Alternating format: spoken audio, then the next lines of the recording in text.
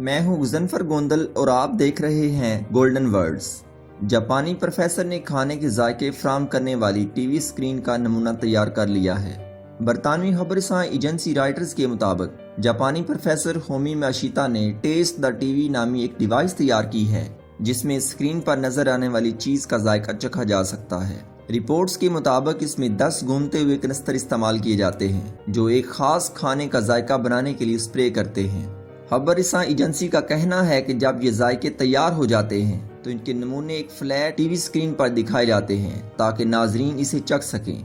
Reports के मुताबिक मैजी university के प्रोफेसर होमी याशिता का कहना है कि कोरोना के दौर में इस किस्म की टेक्नोलॉजी लोगों के बाहर की दुनिया के साथ जुड़ने के तरीके को बढ़ा सकती है। उनका ये कहना था, हमारा मकसद ये है कि लोग अपने घर में बैठे हुए ऐसा महसूस करें कि वह दुनिया के किसी भी दूसरे हिस्से के होटल में बैठकर खाना खा रहे हैं। एजेंसी के मुताबिक याशिता 30 तलबा की एक टीम के साथ काम करते हैं, जिन्होंने ऐसी कई सारी जायकेदार डिवाइसेस तैयार की हैं, जबकि उन्होंने इस डिवाइस के लिए एक कांटेदार चम्मच भी बनाया है जो खाने के जायके को बढ़ाता है। याशिता का कहना है कि उन्होंने गुज़िश्ता साल के दौरान टेस्ट द टीवी का नमूना बनाया था, जिसमें तकरीबन $875 लागत आई थी। इसके अलावा उनका कहना था कि मैं अपनी स्प्रे टेक्नोलॉजी को एप्लीकेशन के लिए इस्तेमाल करने के बारे में कंपनियों के साथ बातचीत कर रहा हूं, जो पिज़्ज़ा और चॉकलेट का जायका फराहम कर सकेंगी।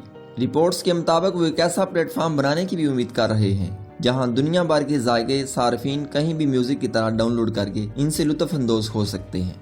दोस्तों, इस वीडियो से जाहिर होता है कि साइंस किस स्पीड के साथ तरक्की कर रही है।